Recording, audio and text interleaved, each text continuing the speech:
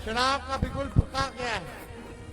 पूरा बिहार हम लोग घूम रहे हैं और इस बार बिहार का मिजाज है कि एनडीए को भगाना है, नया सरकार बनाना है, नया बिहार बनाना है। हम लोग यहाँ केवल सरकार बनाने के लिए ही नहीं बल्कि सीमांचल और बिहार बनाने के लिए आए हैं।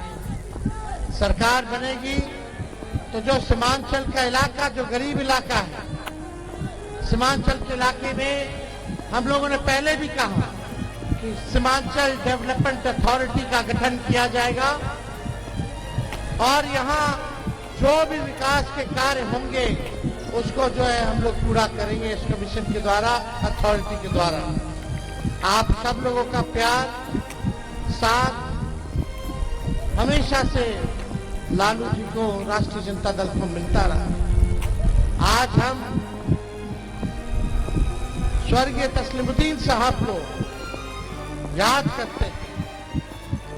लगातार लालू जी के साथ तस्लीमुद्दीन साहब जी ने कंधे से कंधे मिलाकर के आप लोगों की आवाज को बुलंद करने का काम किया, आप लोगों की आवाज को उठाने का काम किया और सीमांचल के गांधी कहलाए जाने लगे। आज आप लोगों के बीच हम सब लोग कहना चाहते हैं, ये चुनाव मामूली चुनाव नहीं है। आप लोगों का आशीर्वाद की जरूरत है। जोगी हाट में बंटना नहीं है, एक होना है। और हम लोग लगातार राष्ट्रीय जनता दल भाजपा से लड़ते आए हैं। लालू जी ने कभी भी घुटने नहीं टेके, भाजपा के साथ समझौता नहीं किया और कोई ना कोई नेता जो है भाजपा के साथ हाथ मिला, उनके साथ गया। लेकिन आज तक चाहे विपक्ष में ही क्यों ना रहना पड़े, विचारधारा की लड़ाई क्यों ना लड़ना पड़े, हम लोग लड़ाई लड़ रहे हैं, झुके नहीं है कभी, ना आगे कभी झुकेंगे। लेकिन ये ताकत लड़ाई लड़ने की, ये आप आवाम देते हो हम लोगों को, आप मालिक हैं। अगर ये ताकत नहीं दीजिएगा तो कितने लोगों से लड़ना पड़ रहा है, भाजपा के लोगों से लड़ना पड़ रहा है, प्रधानमंत्री से लड़ना पड़ रहा, मुख्यमंत्री से लड़ना पड़ रहा, केंद्र की सरकारों से लड़ना पड़ रहा, राज्य की सरकारों से लड़ना पड़ रहा, ईडी, सीबीआई, इनकम टैक्स से लड़ना पड़ रहा है, इलेक्शन कमीशन से लड़ना पड़ रहा है, गोदी मीडिया से लड़ना पड़ रहा है, पूंजीपतियों से लड़ना पड़ रहा, बेईमान अधिकारियों से लड़ना पड़ रहा है। भाजपा की ए टीम, बी टीम से लड़ना पड़ रहा है। अगर इस वक्त आप लोग ताकत नहीं दीजिएगा, शक्ति नहीं दीजिएगा, तो ये सरकार कैसे बदला जाएगा? ये हुकूमत को बदलना है। ये हुकूमत आपके अधिकारों को छीनना चाहता है। वक्फ बोर्ड के बिल जब ये लाया गया, हम लोग सड़कों पर प्रदर्शन किए, हम लोगों ने सदनों में प्रदर्शन किया। सुप्रीम कोर्ट तक राष्ट्रीय जनता दल अभी भी लड़ाई लड़ने का काम कर रहा है। और आप लोगों को बता देना चाहते हैं कि सरकार बनेगी तो वक्फ बोर्ड का कानून का जो बिल है उसको पूरे दान में तेजस्वी फेंकने का काम करेगा। और तेजस्वी जब मुख्यमंत्री बनेगा तो बेरोजगारी से लड़ाई लड़ेगा। जब तेजस्वी मुख्यमंत्री बनेगा तो पूरे बिहार के 14 करोड़ को सीएम बनाने का काम करेगा। यानी सीएम मतलब चिंता मुक्त बनाया जाएगा। आज लाचारी है, गरीबी है, बेरोजगारी है, पलायन है, अच्छी शिक्षा नहीं है, चिकित्सा नहीं है, दवा नहीं है। अस्पताल चले जाओ तो डॉक्टर बोलता रेफर। अच्छा कहीं पढ़ाई नहीं, कॉलेज नहीं, लोग बाहर जा रहे, कमाने बाहर जा रहे। तेजस्वी का एक ही सपना है कि बिहार को बनाना, बिहार को नंबर 1 बनाना है। कोई बिहारी हमारा बाहर ना जाए, शिक्षा के लिए, चिकित्सा के लिए, पढ़ाई के लिए, दवाई के लिए, कमाई के लिए। यही कारखाना खोलना, यही फैक्ट्री लगाना, यही सब कुछ करना है। और तेजस्वी आज तय करके जा रहा है, हमने घोषणा भी की है, हमने भले ही तेजस्वी की उम्र कच्ची है पर जुबान पक्की है। हमने जो कहा किया, जो कह रहे हैं वो करेंगे। 5 लाख नौकरियां दी 17 महीने में, और किसी राज्य के मुख्यमंत्री ने या नेताओं ने अगर दिया हो 17 महीने में 5 लाख नौकरी, तो आप हमको बताइए। ये 20 साल से ये लोग राज कर रहे हैं।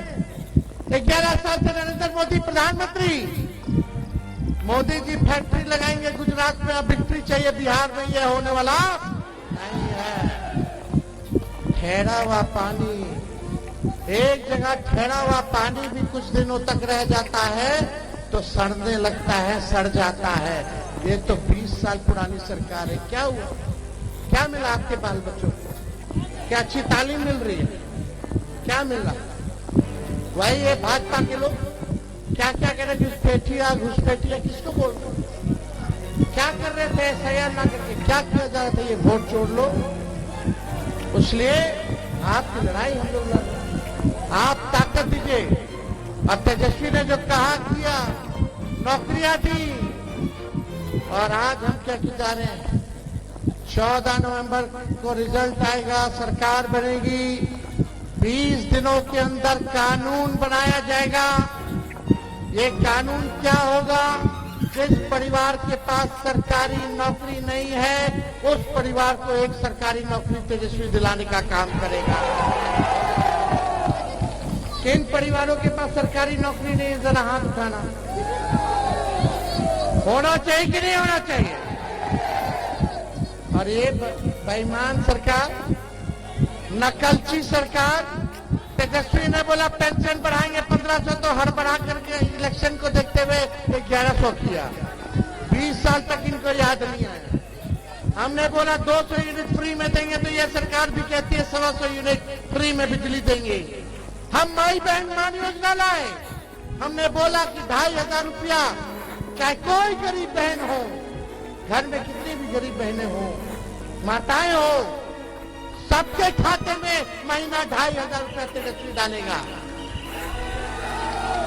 साल का 30,000 दिया जाएगा, और 5 साल का 1.5 लाख रुपया माताएं बहनों को, गरीब माताएं बहनों को दिया जाएगा। गरीबी है, महंगाई है, इससे लड़ने के लिए ये उधार नहीं होगा।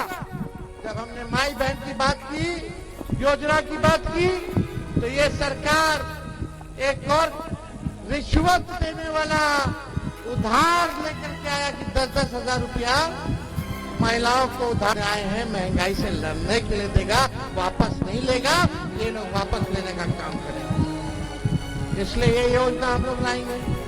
सारा काम किया जाएगा, बस आप लोगों का आशीर्वाद होना चाहिए। मिलेगा ना आप लोगों का आशीर्वाद? भाईचारा को बचाना है, लोकतंत्र को बचाना है, संविधान को बचाना है। तेजस्वी आपका भाई, आपका बेटा खड़ा है, लेकिन भाई शहनवाज को जिताना है। लोकसभा का चुनाव ये जीत गए थे, लेकिन अपनों ने ही इनका जो है नुकसान किया। वो पूरे कौम का भला, पूरे बिहार का भला जरा सोचो, किसमें है ये सोचना बड़ी बात है। अरे देश बचाना है इन लोगों से, बिहार को बचाना है। ये सांप्रदायिक शक्तियां नीतीश जी को तो हाईजैक कर ली। नीतीश जी की ये स्थिति कर दी कि पैर छूना पड़ रहा है नरेंद्र मोदी जी की।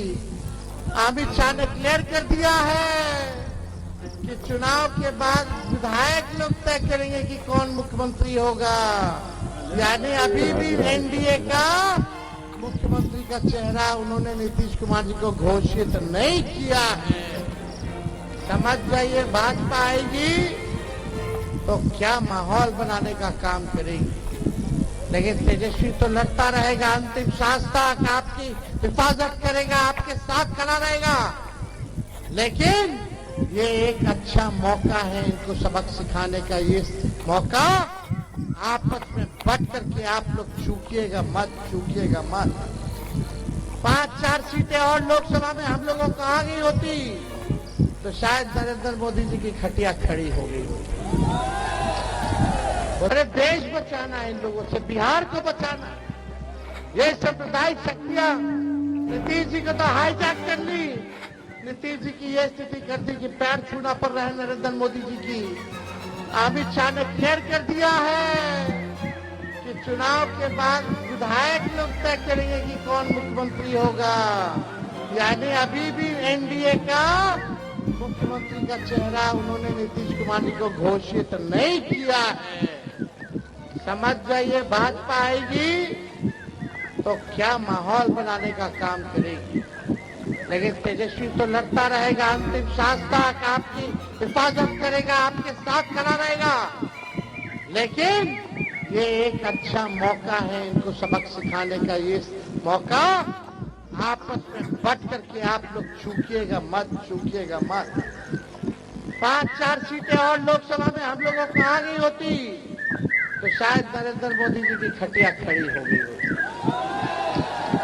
वो तो चाचा जी धोखा दे दिए सही टाइम पे, वरना लालू जी ने तो पूरी तैयारी कर ली थी नीतीश कुमार जी को वापस लेके मुख्यमंत्री बना करके नरेंद्र मोदी को गद्दी से बेदखल करने का।